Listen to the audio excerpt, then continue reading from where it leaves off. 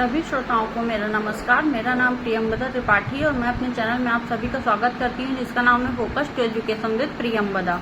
तो जैसा कि आप सब जानते हैं कि मैं अपने पिछले वीडियो में यानी पिछले कुछ दिनों से 3-4 वीडियो बनाई हूँ, उसमें मैंने प्राथमिक शिक्षा की समस्याओं के बारे में चर्चा की है। तो उसी कड़ी में मैंने 3 तो कर डाली है। पहली थी वित्त, प्रशासन एवं नियंत्रण की समस्या प्राथमिक शिक्षा में, उसके बाद सार्वभौमिकरण की समस्या प्राथमिक शिक्षा में, उसके बाद विकलांग एवं मंदबुद्धि बालकों के लिए प्राथमिक विद्यालयों की स्थापना की समस्या। तो 3 समस्या हो चुकी है। चौथी समस्या के बारे में हम जानेंगे, जिसका नाम है पाठ्यक्रम की एक रूपता एवं बस्ते के बोझ की समस्या, यानी इसको अंग्रेजी में हम क्या बोलेंगे, problem of uniformity of curriculum and increasing weight of the bag. मतलब जो पाठ्यक्रम की एक रूपता है, एक रूप समान पाठ्यक्रम हम सभी को पढ़ा रहे हैं, चाहे वह जिस स्तर के विद्यार्थी हों, तो उसमें विभिन्नता इतनी मतलब स्कोप नहीं है। तो ये सब समस्या बस्ते की बोझ, यानी जिसको बोलते हैं मध्यम बोझ,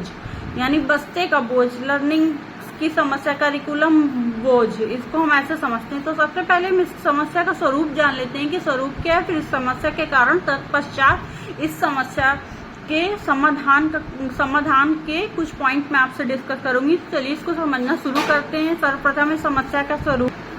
तो समस्या का स्वरूप क्या है, इसको हम समझते हैं।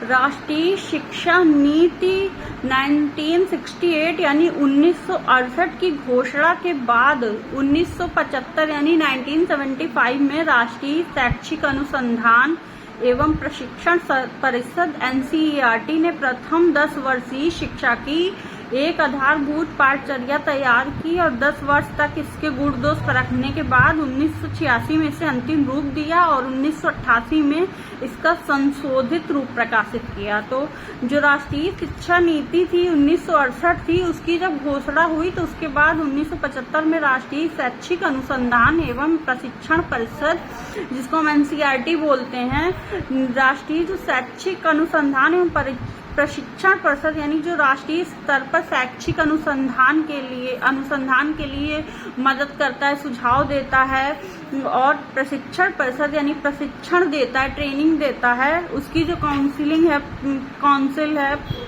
परिषद ने प्रथम 10 वर्षीय शिक्षा की एक आधारभूत पाठचर्या तैयार की और 10 वर्ष तक इसके गुण दोष परखने के बाद 1986 में इसे अंतिम रूप दिया और 1988 में इसका संशोधित रूप प्रकाशित किया। यानी NCERT ने क्या किया, जो प्रथम 10 वर्षीय शिक्षा की जब राष्ट्रीय शिक्षा नीति हमारी 1968 की घोषणा हुई, तो उसके बाद 1975 सन चल रहा था आया, तो उसमें NCERT ने 10 वर्षीय शिक्षा की एक आधारभूत यानी पूरी ढांचागत स्ट्रक्चर वे में एक पाठचर्या करिकुलम तैयार किया और उसे 10 वर्ष तक इसके गुण दोष को उन्होंने परखा कि क्या क्या कमियां हैं, क्या क्या खामियां हैं तथा इसका समाधान कैसे हो सकता है। फिर पुनः इसे परखने के बाद 1986 में अंतिम रूप दे दिया। फिर 1988 में इसका संशोधित रूप प्रकाशित किया।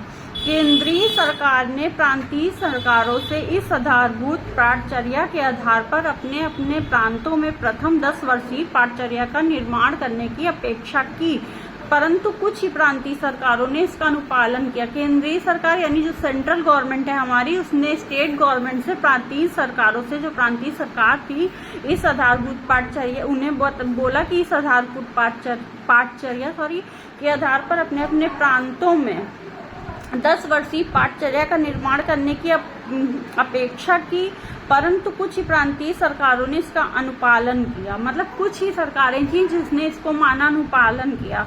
फिर नवंबर 2000 में NCERT ने प्रथम 10 वर्षीय आधारभूत पाठचर्या का तीसरा और 2005 में चौथा रूप प्रकाशित किया। यानी NCERT ने जो प्रथम 10 वर्षीय, जब नवंबर 2000 आया तो इसका क्या बोलते हैं, 10 वर्षीय आधारभूत पाठचर्या का तीसरा और 2005 में चौथा रूप प्रकाशित किया। शिक्षा की पाठचर्या भिन्न भिन्न है। आज स्थिति यह है कि भिन्न भिन्न प्रांतों की प्राथमिक शिक्षा की पाठचर्या भिन्न भिन्न है।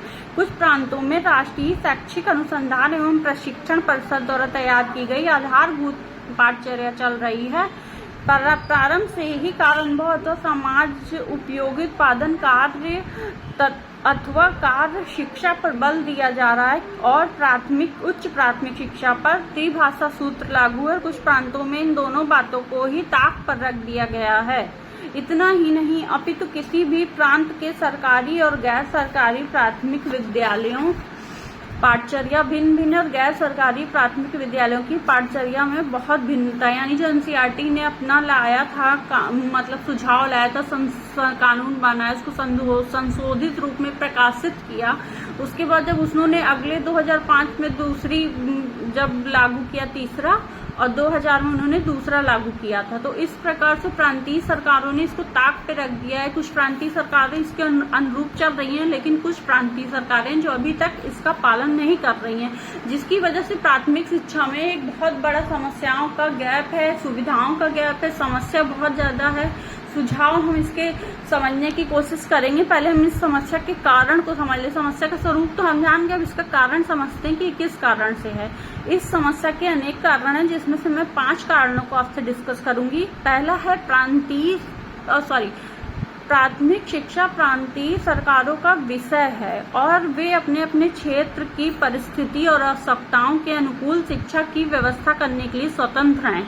यानी जो प्राथमिक शिक्षा है वो ये अच्छी बात है, इसका प्लस पॉइंट है कि प्रांतीय सरकारों का भी विषय, क्योंकि शिक्षा समवर्ती सूची में है तो राज्य सरकार तथा कानून सरकार दोनों को ही उस नियम में चेंज कर सकती हैं। उसके मतलब कोई भी जो कानून आता है शिक्षा से संबंधित, उसमें दोनों की सहभागीदारी है।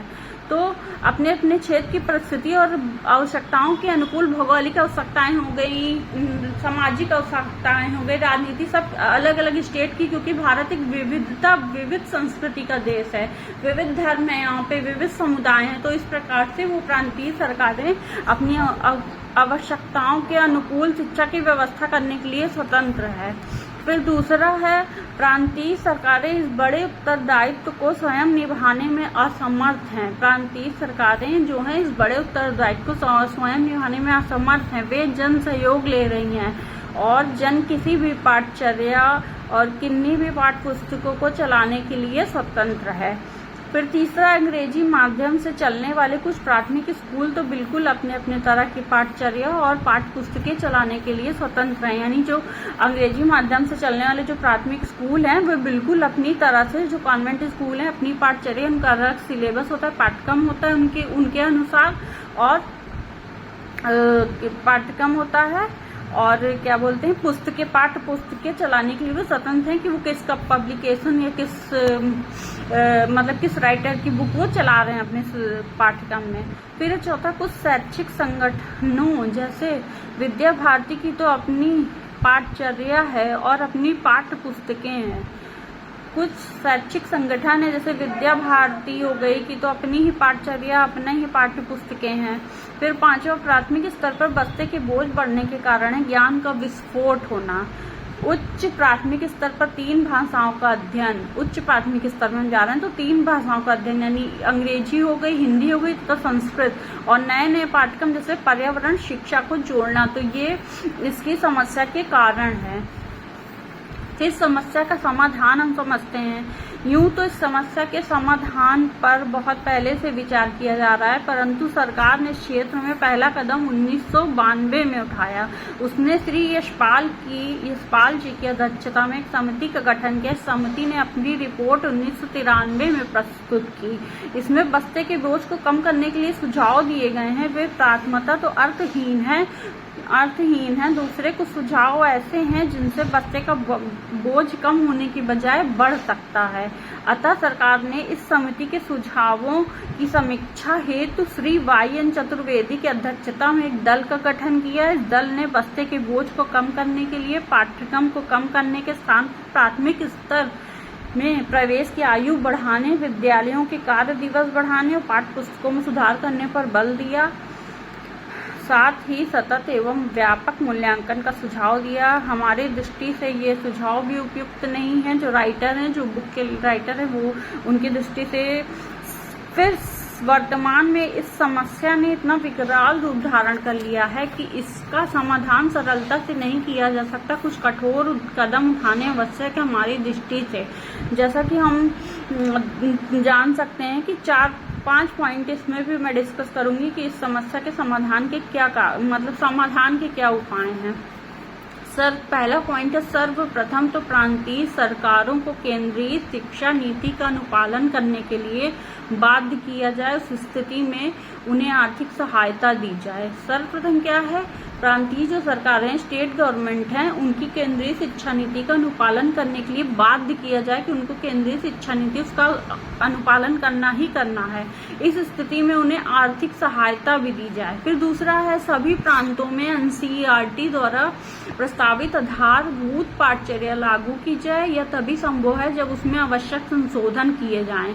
कुछ छूट तो प्रांतीय सरकारों को देनी ही होगी, तब प्राथमिक स्तर पर पाठ्यक्रम में एक रूपता लाना संभव होगा। यानी जो एनसीईआरटी है उसके प्रस्तावित आधारभूत पाठचर्या लागू की जाए सभी राज्यों में, देश के हर राज्यों में एनसीईआरटी वाली बुक बच्चों को पढ़ाई जाए तथा प्राथमिक स्तर पर पाठ्यक्रम में एक रूपता लाना संभव होगा। इससे प्रांतीय सरकारों को देनी होगी, कुछ छूट हमें देनी होगी, जैसे वो अपनी भाषा में, अपनी पाठ्य पुस्तकों में, अपने सिलेबस में परिवर्तन कर सकें। इस प्रकार से हमें पाठ्यक्रम के एक रूपता में लाना संभव होगा। फिर तीसरा पॉइंट है इसका समाधान का, प्राथमिक स्तर यानी कक्षा 1 से 5 तक केवल मातृभाषा, क्षेत्रीय भाषा और अंग्रेजी की शिक्षा अनिवार्य हो, परंतु अंग्रेजी में उत्तीर्ण होना न अनिवार्य हो।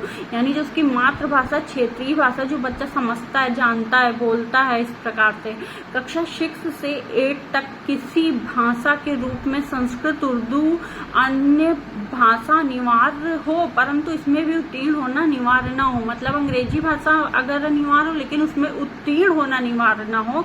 और जैसे कुछ अपनी भाषा हो गई, संस्कृत हो गया, उर्दू हो गया, अन्य भाषा हो गई तीसरी भाषा के रूप में, तो इसमें पास होना, उत्तीर्ण होना अनिवार्य न हो कि बच्चे अगर इसमें नहीं उत्तीर्ण हो रहे हैं तो वो पीछे रह जाएंगे, उनका ग्राफ नीचे गिर जाएगा। इस प्रकार से तब इच्छुक एवं मेधावी छात्र अंग्रेजी का अपेक्षित ज्ञान प्राप्त कर सकेंगे और शेष छात्र अपनी योग्यता अनुसार ज्ञान प्राप्त कर सकेंगे। उस स्थिति में बस्ते का बोझ 5% कम हो जाएगा। फिर चौथा समाधान है, इसका चौथा पॉइंट है, प्राथमिक स्तर पर पर्यावरण शिक्षा जैसे प्रकरणों को ना जोड़ा जाए। यानी जब बच्चा प्राथमिक स्तर है तो वो उसमें एनवायरमेंटल सब्जेक्ट या उसकी बुक या वैसे किसी भी प्रकरणों को ना जोड़ा जाए, क्योंकि उसकी समझ इतनी नहीं डेवलप हो गई है, उसका इतना नहीं विकास हुआ है, वो अभी प्राथमिक स्तर पर ही है कि वो उसे समझ सके।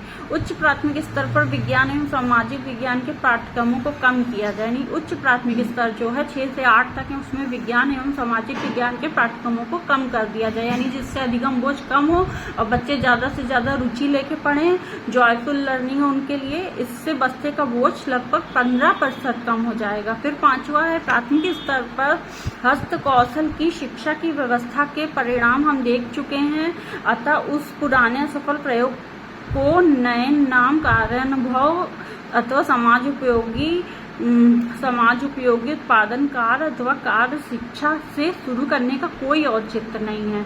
यानी जो चीज हस्त कौशल पहले वो हुई जब सरकार का नियम आया था तो लागू की गई, बच्चों को सिखाना शुरू किया गया, लेकिन उसमें असफल जब वो हुई तो उसको नए नाम यानी कार्य अनुभव हो गया, समाज उपयोगी उत्पादन कार्य अथवा कार्य शिक्षा से शुरू करने का कोई औचित्य नहीं, उसे नहीं करना चाहिए क्योंकि वो असफल हो सकी, उसका एक्सपेरिमेंट हो चुका है, वो असफल हो चुकी है।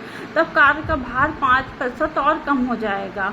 उस स्थिति में कुल मिलाकर बस्ते का बोझ अधिगम लर्निंग जो है 5 + 15 + 5 = 25% कम हो जाएगा और इतना ही आवश्यक है। तो आज हमने जाना कि प्राथमिक शिक्षा में पाठ्यक्रम की एक रूपता एवं बस्ते के बोझ की समस्या, उसका स्वरूप जाना, उसके कारण जाने तथा उसका समाधान जाना।